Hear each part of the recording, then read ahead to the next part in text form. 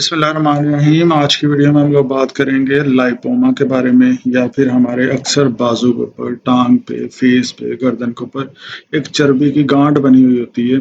हम उसके बारे में आज डिटेल से बात करेंगे। मैं आपको बताऊंगा कि इसकी वजह क्या होती है, ये बनती क्यों है, और अगर बन जाए तो इसको ठीक किस तरह से करना है, और क्या ये बहुत ज़्यादा डेंजरस होती है, क्या ये आपको किसी कैंसर की तरफ भी लेके जा सकती है। सो लाइपोमा वर्ड इंडिकेट करता है कैंसर को। सो जो चर्बी की गांठ होती है इसे बेसिकली फैट पैड कहते हैं। कुछ फैट पैड होते हैं जिसके बारे में आपको बिल्कुल भी परेशान होने की ज़रूरत नहीं है, लेकिन कुछ इस तरह के फैट पैड होते हैं जो कि फ्यूचर में जाके कैंसर बन सकते हैं। उसकी क्या इंडिकेशन होंगे, क्या सिम्टम्स होंगे, तो वो सब कुछ मैं आज की वीडियो के अंदर बताऊंगा। मोस्ट ऑफ द टाइम आप लोगों को देखा हुआ होगा कि बिल्कुल साफ सुथरी उनकी बाजू होती है या फिर उनकी टांग होती है, और उसके ऊपर इस तरह से एक अजीब सा उभार बना हुआ होता है। तो इसके नीचे आपकी जो फैट है, आपकी जो चर्बी है, वो इकट्ठी हुई होती है, उसकी एक गांठ बनी हुई होती है, वो जो है आपको बाहर की तरफ नजर आती है, और इसे हम फैट पैड कहते हैं। सो इस पे पहली बात है, परेशान होने की ज़रूरत नहीं है। अगर ये पेन नहीं कर रही है, कुछ भी नहीं है, और साइज़ इसका सेम है और काफ़ी अरसे से है, तो इसको आप कुछ भी ना करें तो कोई इश्यू नहीं है। बट ऐसे लोग जिनके ये फेस के ऊपर बना हुआ और वो ब्यूटी पर्पसेस के लिए या कॉस्मेटिक पर्पसेस के लिए उसको रिमूव कराना चाहें, तो वो रिमूव करा सकते हैं। रिमूव कराने के क्या मेथड्स हैं वो मैं वीडियो में आगे बताता हूँ आपको।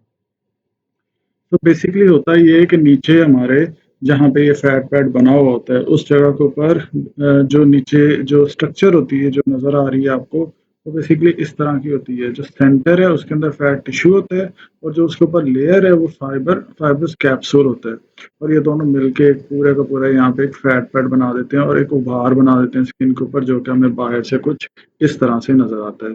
सो अगर ये बना हुआ हो तो उसकी वजह ये है, ये बनने की रीज़न सबसे बड़ी ये है कि जो हमारे आजकल के खाने हैं, उन खानों के अंदर पिज़्ज़ा है, बर्गर्स हैं, या फिर कोई फ्राइज़ हैं, फ्राइज़ बने हुए हैं, या फिर कुछ भी इस तरह की चीज़ें जिसमें ज़्यादा कार्बोहाइड्रेट्स हो, जिसमें ज़्यादा शुगर हो, जिसमें ज़्यादा फैट हो, वो चीज़ें लीड करती हैं। देखें, अब कुछ लोगों के पेट निकले हुए होते हैं, अब वो पेट जो निकला हुआ होता है वो यही आपके जो खाने होते हैं, इनके अंदर जो ज़्यादती होती है कार्बोहाइड्रेट्स की या शुगर की, यही चीज़ें जो कि आपके पेट के अंदर जाके चर्बी कॉज़ करती हैं। जब पेट के अंदर भी बहुत चर्बी हो जाए और बाकी पॉइंट्स पे भी बहुत ज़्यादा फैट जमा हो जाए, तो फिर हमारी स्किन के नीचे इस तरह के फैट पैड बनना शुरू हो जाते हैं। तो ये वही चीज़ें हैं जो हम लोग खा रहे होते हैं। सो हमने अपनी एक तो डाइट को ठीक करना है ताकि ज़्यादा से ज़्यादा फैट पैड्स को हम डाइट के ज़रिए कंट्रोल कर सकें।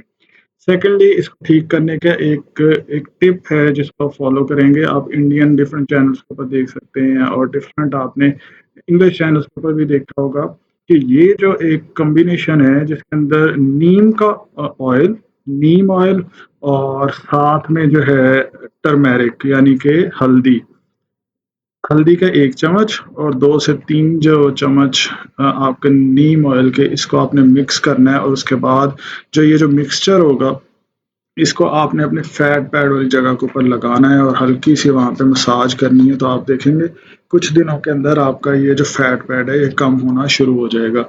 तो ये तो है नॉन इन्वेसिव तरीका कि किस तरह से आप अपने फैट पैड को बिल्कुल ख़त्म कर सकते हैं, कम कर सकते हैं। नेक्स्ट जो मेथड है उसको कहते हैं हम सर्जरी, जिसके अंदर हम हमारे जो इस तरह के फैट पैड बने होते हैं उनको सर्जन की मदद से अपनी सर्जरी करवा के रिमूव करवा सकते हैं, जिसकी 2 डिफरेंट डिवीजन्स होती हैं। एक है मिनिमली इंसिजन एक्सट्रैक्शन, जिसके अंदर कम से कम कट लगाया जाता है और लगा के आपके जो फैट पैड बना हुआ होता है उसको बाहर निकाल लिया जाता है। और दूसरा होता है लाइपोसेक्शन। लाइपोसेक्शन की मदद से भी आप इस फैट पैड को रिमूव करवा सकते हैं। सो ये 2 डिफरेंट मेथड्स हैं जिसकी मदद से आप इस चर्बी को ख़त्म कर सकते हैं। और आप ये तो मैं अभी बता रहा हूँ कि जिन लोगों के एक बना हुआ है वो रिमूव कर सकते हैं। ऐसे लोग जिनके मल्टीपल लाइपोमा बने होते हैं, मल्टीपल फैट पैड बने होते हैं, चर्बी की इस तरह की गांठ बहुत सारा बनी हुई होती है, तो अगर वो भी सर्जरी करा के उनको कंप्लीटली रिमूव कर सकते हैं। अगर आप इस पिक्चर को देखें तो इसके अंदर सर्जन जो है वो डिफरेंट आपके एरियाज को मार्क करते हैं जहाँ पे आपके फैट पैड बने हुए होते हैं, उन एरियाज को मार्क करके, और इस तरह से आपके इकट्ठे जो है वो ऐसे सारे के सारे फैट पैड को रिमूव कर देते हैं। सो फैट पैड को रिमूव करने का मैंने आपको डाइट भी बताई, आपको रीज़न बताई कि जो आपके खाने हैं। सो खाने आपने कौन से खाने हैं इस तरह के जिसमें प्रोटीन ज़्यादा हो, जिसके अंदर कार्बोहाइड्रेट, शुगर और फैट ज़्यादा होगी, वो आपके लिए सही नहीं है। ठीक है, आपने प्रोटीन डाइट की तरफ ज़्यादा से ज़्यादा जाना है, कीटो डाइट डाइट की तरफ जाना है, आपके जो फैट पैड है ये आपके खाने के साथ ही रिज़ॉल्व होना शुरू हो जाएँगे अगर आप अपना खाना ठीक कर लेंगे।